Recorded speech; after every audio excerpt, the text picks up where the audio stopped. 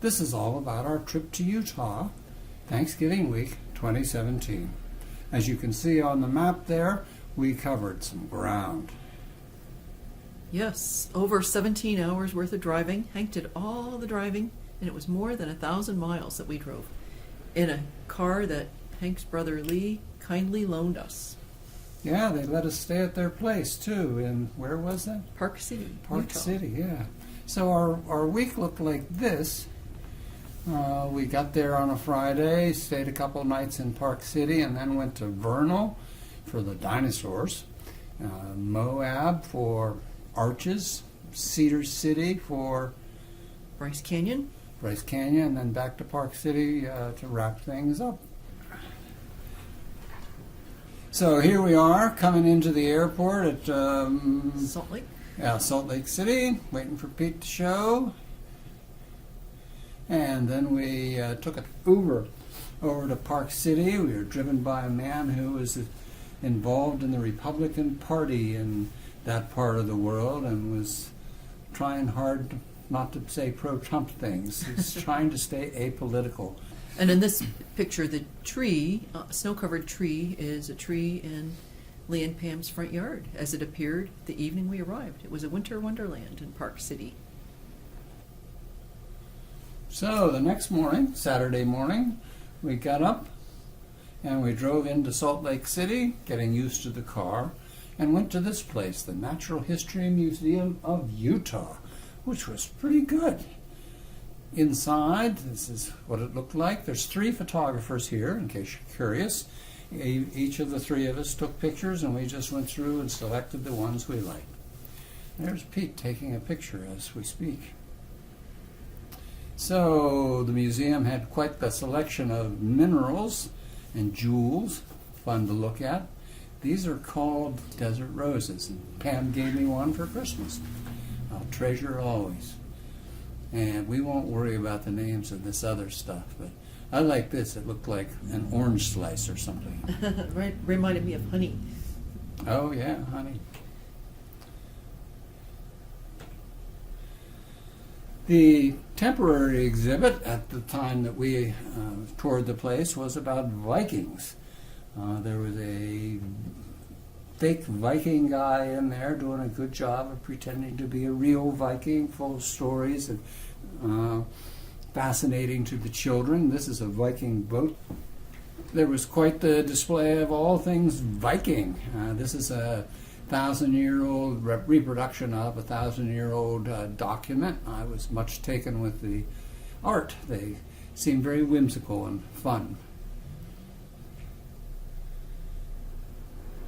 We saw a lot of Indian petroglyphs on our trip, and this was our first exposure. This was on a rock inside the museum. There was a double-sided glass wall that displayed assorted artifacts of this type in the museum, and this was one of the things in that window. This was a Native American storyteller, so this is a common art form produced by the Southwest Indians, and you've got the adult telling stories to the children who all gather around. And in this particular instance, the kids are doing stuff like one child holding a smaller child, another kid appears to be sucking his or her thumb, and one's even eating a watermelon. A view of the interior. Here's the wall of this and that, as I thought of it, just between sandwiches of glass with about a foot in between them. They had all these curious things run together. It was very nice. There was a lab, a working lab, getting on towards the dinosaur bone section. And the photo on the left here, somebody had put this whimsical little dinosaur model on a bone that they were working on. And the other piece that looks kind of ferny, I think, is a fossil of something. Is it? I don't know. Everybody's understanding of what that is? I don't know. They had excellent mounted dinosaur skeletons. So here we were very taken with the T-Rex, the Triceratops. Yeah, they had this wall of the evolution of Triceratops, all the different front pieces for different kinds of Triceratops. I had no idea there were so many. And the lines indicate their relationship to one another, I gather. After we left that place, we went to the Utah Museum of Fine Arts, which is a little art museum there in Salt Lake City. It was okay. The thing I liked the best was this Bruegel people dancing. Peter Bruegel the Younger. These are a couple paintings I liked. The one on the right with the children was a Swedish painting. This is the gift shop at the Museum of Fine Arts. So, we got on the road then and headed for Vernal, Utah. Along the way, after driving a couple hours, here's this odd building poking up out of the desert landscape. So I swerved off the road and pulled into their parking lot. And what was it? It had something to do with like legal, handling legal matters for the Ute tribe, I believe. Okay. And if you look at it, it's sort of shaped like a teepee. So we arrived in Vernal, Utah, which bills itself as Dinosaur City, presumably because it's so close to Dinosaur National Monument. This pink dinosaur is a famous landmark welcoming visitors to Vernal.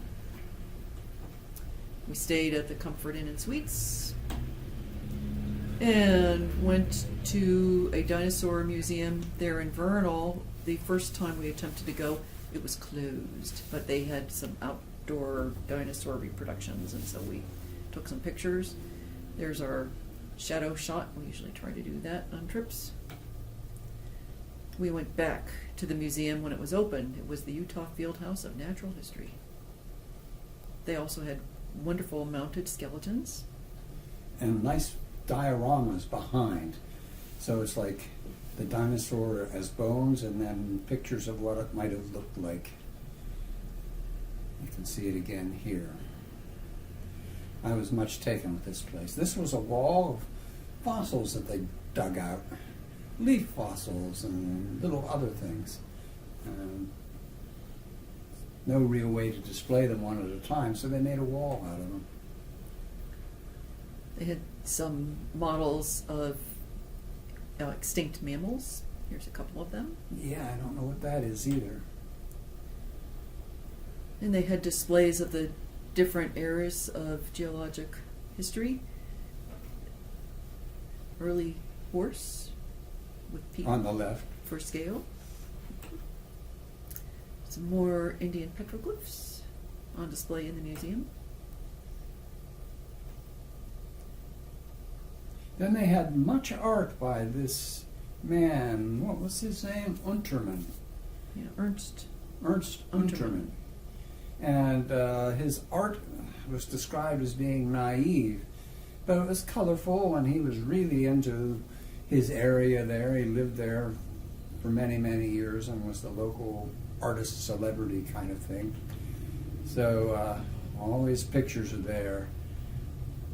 Very interesting. I wonder how many of those lived at the same time. He wasn't too hamstrung by reality.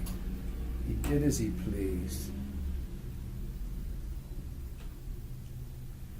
Here we are touring the garden again. This time we're inside the fence and got a much better view of things. I'm arguing with this I don't know what it was. Looked like an ostrich dinosaur.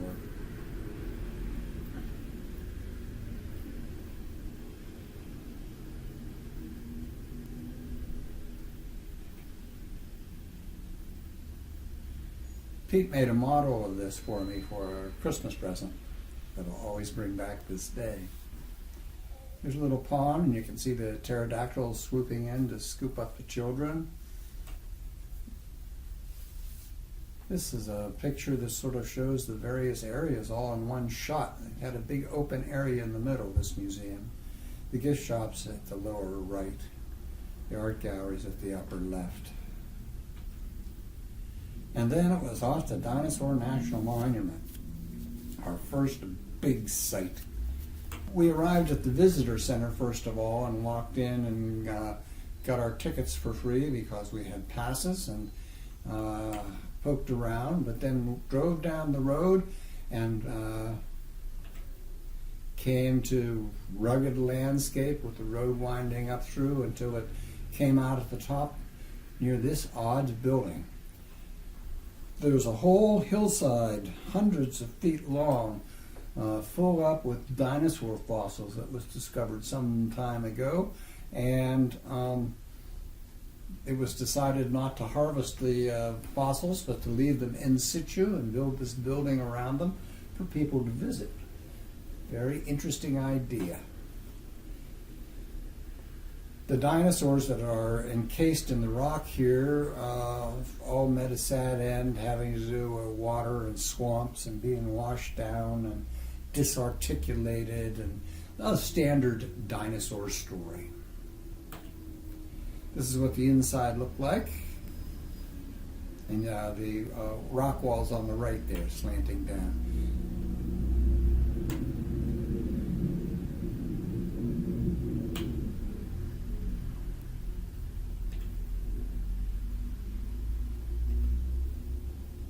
This is my favorite picture in there. I just like that guy in the red coat. He adds a touch of color. Interesting tree on the way out.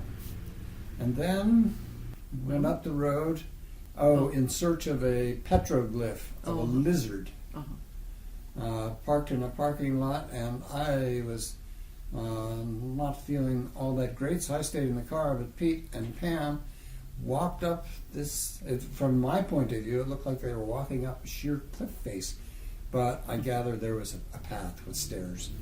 Here they are looking at fossils, petroglyphs like so.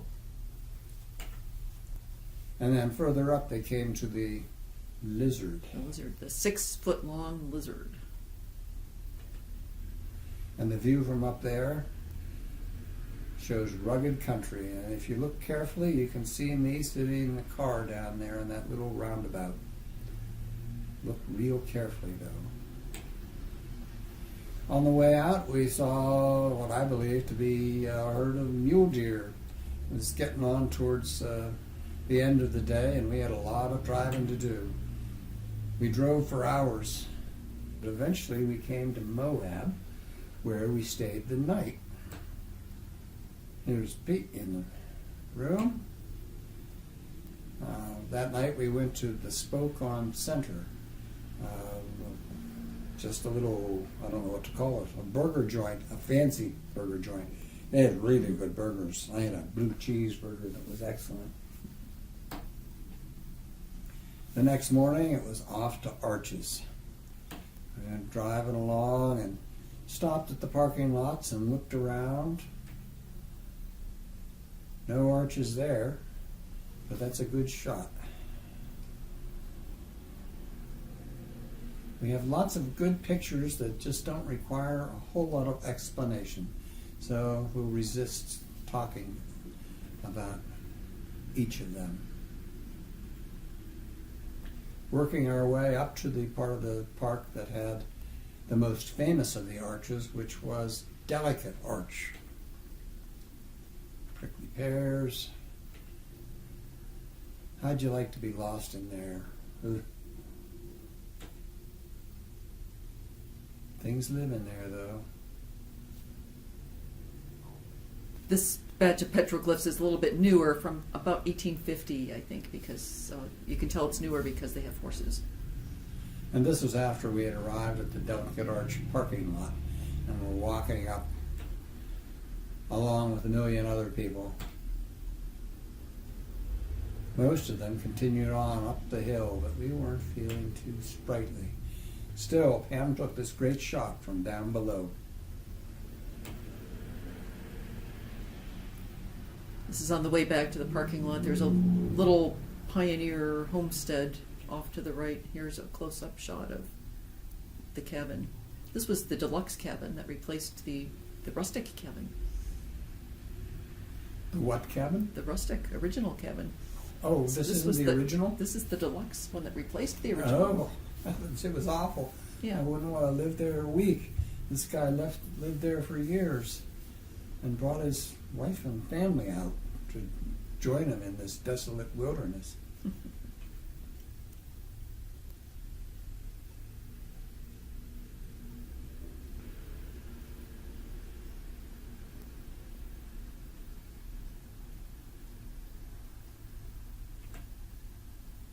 Here we are at the beginning of the walk up to the landscape arch. Yes, landscape. Pete and I back to back taking pictures of the wall that we were going through. I like this picture a lot. Here the passageway opens up and shows you just how far you have to walk to see this thing. Very busy walk, very nice going.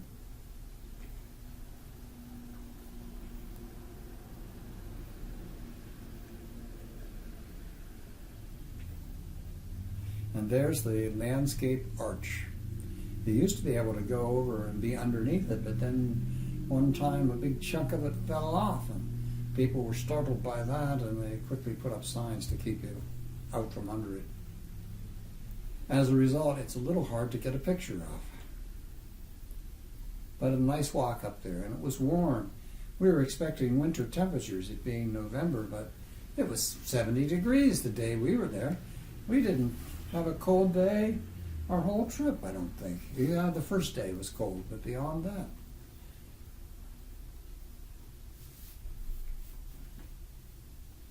Mexican restaurant, we ate out at the end of the day. And then it was a long, long drive. We were listening to a book on tape. What was that called? Origin? Ah, yes, The Origin by Dan Brown. Yes. And it was awful. But it did kill the time, I will give it that.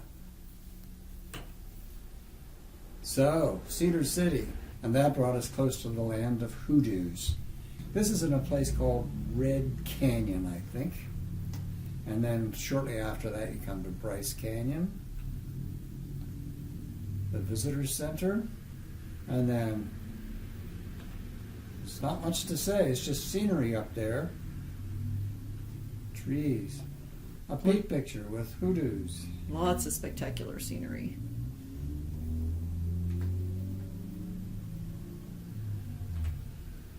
And lots of people up there too.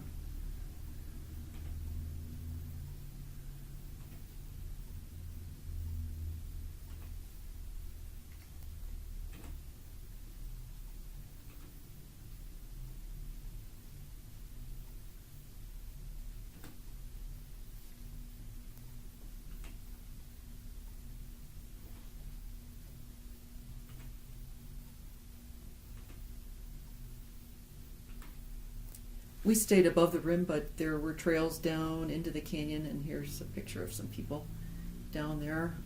Having fun. Looked good.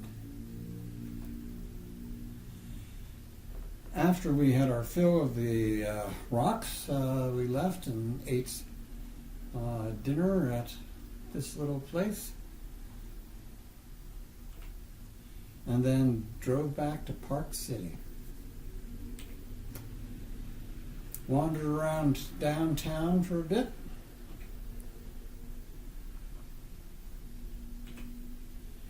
And the next day, which was Thanksgiving Day, Greta came. Greta, our niece, who lives in Salt Lake City, and everybody but myself went for a walk. That was evidently a pretty good time. Here they are, the cousins. And then there was this bird, which was turned out to be a black-billed magpie. There were lots of those around. Yeah, they're sort of iconic to the region. Big, big bird. Ducks in a pond. And there's our route once again, complete. Nary a scratch to the car or to us. And then it was hop back on our aircraft the next day and back to our homes.